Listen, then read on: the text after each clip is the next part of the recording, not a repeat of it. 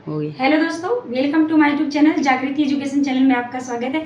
आज मैं फिर आप लोगों के सामने हिंदी व्याकरण, काव्य व्याकरण से समास लेके उपस्थित हूँ, जो आपके आने वाले एग्जाम के अति महत्वपूर्ण है। ये टॉपिक यूपी पीजीटी टीजीटी के लिए मैं पढ़ा रही हूँ। इसके अलावा स्टेट लेवल के कोई भी एग्जाम हो, उसमें आप अगर सिलेबस में हिंदी है तो आप यहाँ से पढ़ के हेल्प ले सकते हैं।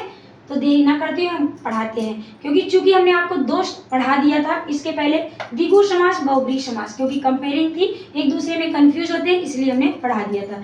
इसमें एग्जाम्पल आपको थे जैसे त्रिदेव, चौराहा, तिराहा, नवरात्रि, पंचवटी। लिख लीजिए, नोट डाउन कर लीजिए, ये क्वेश्चन बार बार आते हैं, आपके एग्जाम में आ सकते हैं। और इसमें क्या था, त्रिलोक या त्रैलोक भी आ जाता है, दोनों टाइप से आ जाते हैं, मात्रा त्रिलोक या त्रैलोक हो। तो किसमें जाएगा वो, चौराहा और तिराहा, नवरात्रि, द्विगु समास में, क्योंकि किसी समूह को व्यक्त करते हैं, समूह का अलग अलग अस्तित्व होता है। और आपका बताएं बहुब्रीहि समास में दशानन, चतुर्भुज, त्रिनेत्र, चतुरानन, चक्रपाणी, पीतांबर। देखो ये सब भी, चक्रपाणी क्या मतलब होता है, चक्रपाणी नहीं बताए थे।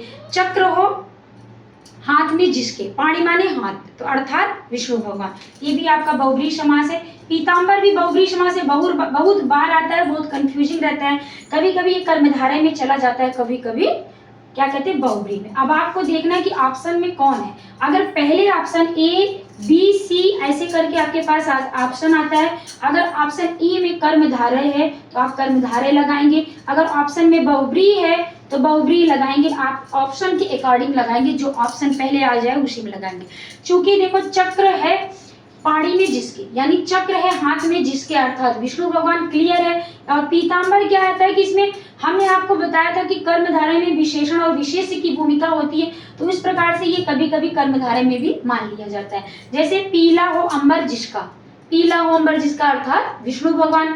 बट अगर पीला प्लस अंबर आ गया, यानी पीला अंबर, यानी पीला अंबर तो है, अंबर मतलब वस्त्र, तो अब वस्त्र कैसे पीला है, तो पीला उसकी विशेषता होगी, अंबर विशेष हो गया। इस प्रकार से हम कर्मधारय में भी इसको डाल देते हैं। तो आपको देखना है कि ये दोनों में आता है, लेकिन ऑप्शन में कर्मधारय आ रहा है तो आप कर्मधारय पे टिक करेंगे, ऑप्शन में बहुब्रीहि आ रहा है तो बहुब्रीहि टिक करेंगे, क्योंकि आपके एग्जाम में कोई गलती ना हो, ये भी हम पढ़ाते चल रहे हैं।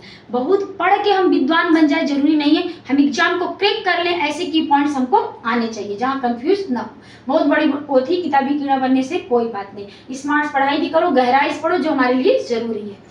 आगे देखते हैं, आपको 6 थे, क्या थे, हमने क्या पढ़ा है आपको, दो या दो से अधिक शब्दों के मिलकर जो संक्षेप से एक सार्थक शब्द बनाते हैं उसी को हम समास कहते हैं। समास का उद्देश्य होता है कि जो भी हम काव्य रचना करने वो प्रभावशाली हो, स्पष्ट हो। तो किसी बड़े बड़े समूहों को या बड़े बड़े वाक्यों को हम संक्षेपीकरण कर देते हैं, यही समास है।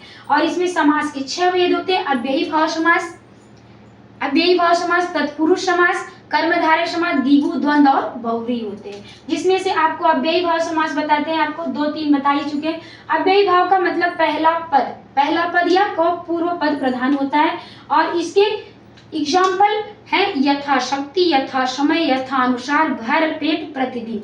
तो पहला पद प्रधान होता है, यानी शक्ति के अनुसार, यथाशक्ति, शक्ति के अनुसार। यहाँ पे एग्जाम्पल हम देते चल रहे हैं थोड़ा थोड़ा। यथाशक्ति आप राइट करते हुए चलिए, यथाशक्ति यानी यथाशक्ति बोल सकते, यथा अनुसार बोलते, यथा समय भी बोलते, शक्ति के अनुसार, तथा के अनुसार। भर पेट यानी पेट भरकर, और इसके आगे प्रतिदिन, दिन तो है लेकिन प्रतिदिन। तो ऐसे ये पूर्व पद प्रधान होता है, यानी उत्तर पद प्रधान होता है। आप एग्जाम्पल लिखते चलिए, एक दिन हम वीडियो डालेंगे, पूरा एग्जाम्पल जितनी इंपॉर्टेंस है सब बता देंगे। आपको हिंट दे रहे हैं किस प्रकार से क्या आता है। तत्पुरुष समास होता है, इसमें द्वितीय पद प्रधान होता है, यानी इसमें उत्तर पद प्रधान होता है। क्या प्रधान होता है, दूसरा पद। दो शब्द मिलकर एक संक्षेपीकरण हुए तो सेकंड पद जो होता है उसको उत्तर पद बोलते हैं, दूसरे पद को वो प्रधान होता है। जैसे एग्जाम्पल सेट कर रहे हैं आपके कर्मधारय के, देख लो तत्पुरुष समास के, यहाँ पे है राजपुत्र।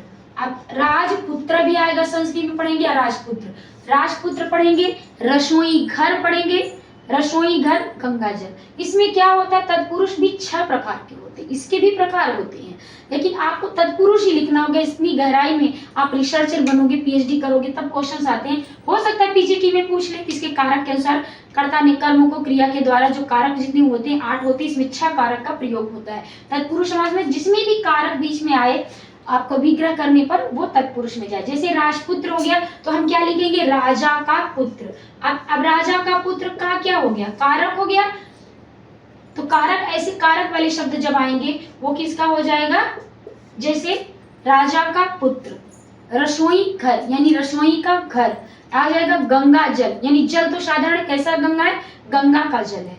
तो ऐसे करके तत्पुरुष समास की एग्जाम्पल है जो इंपॉर्टेंट है, आप इसको देख के एग्जाम्पल राइट करके लिख लीजिए, वरना हम इसका एक वीडियो प्रैक्टिस सेट ही करवा देंगे जितने आए हुए क्वेश्चंस हैं। आप प्रैक्टिस सेट डाल देखते रहिए, उसमें हम जो भी टॉपिक पढ़ाएंगे उसका प्रैक्टिस सेट में इंपॉर्टेंट क्वेश्चन डाल देंगे। कर्मधारय आ गया, कर्मधारय को आपको बता ही दिए कि विशेष विशेषण जिसमें होता है, यानी उपमेय और उपमान का भी पेयर चलता है। तो जैसे नील कमल, कमल तो है, कमल कैसा है, कमल विशेष हो गया और उसकी विशेषता है कि नीला है। लाल कमल, नीला कमल, पीला कमल, जो भी ऐसे विशेषता बताए वो कर्मधारय में जाएगी। जैसे नील कमल हो गया, उसके आगे हम क्या देखेंगे, चरण कमल, यानी यहाँ पे हमने कहा उपमेय और उपमान को, चरण कमल उसका उदाहरण है कि चरण किसके समान है, कमल के समान है। तो यहाँ उपमेय और उपमान भी चलता है, विशेषण और विशेष भी चलता है। उसके आगे महात्मा, आत्मा तो है, आत्मा कैसी है, बुरी आत्मा है कि महान आत्मा है, तो महात्मा भी किस में जाएगा, कर्मधारय में, क्योंकि आत्मा की विशेषता महान बताई जा रही, तो महात्मा भी जाएगा। आप नोट डाउन करते हुए चलिए, जगह नहीं है, या तो इसको नेक्स्ट किसी दिन पूरा अच्छे से हम एग्जाम्पल, सिर्फ एग्जाम्पल बताएंगे, क्योंकि आपको आज समझा के एग्जाम्पल बताएं, एग्जाम्पल पे इतना फोकस नहीं है, वही जो एग्जाम्पल आपके समझाने में काम आ रहा है वो बता दे रहे हैं। बाकी आप इतना अगर समझ लिए तो कहीं भी इस टाइप के क्वेश्चन आएंगे आप तुरंत राइट आंसर कर सकते हैं। तो ये कर्मधारय द्वंद्व का जैसे हमने बता दिया कि जहाँ द्वंद्वात्मक हो, जहाँ अपोजिट इंटोनिम्स वर्ड आए यानी विलोम शब्द जहाँ पे आए वहां पे द्वंद्व समास होता है। जैसे माता पिता, भाई बहन, दिन रात, अच्छा बुरा, ऐसे कोई भी विलोम टाइप के शब्द आए इंटोनिम्स, उसको हम द्वंद्व समास में रखेंगे। उसमें कुछ नहीं देना, दोनों पद प्रधान होते हैं, इसमें क्या होता है, दोनों पद श्रेष्ठ होते हैं। द्विगु समास में बता दिया कि पहला नंबर क्या होगा, संख्यावाचक होगा और ये समूह को व्यक्त करेगा, और उन समूहों में जितने व्यक्ति शामिल होंगे, जितनी वस्तुएं शामिल होगी, उनका अलग अलग अस्तित्व भी होगा।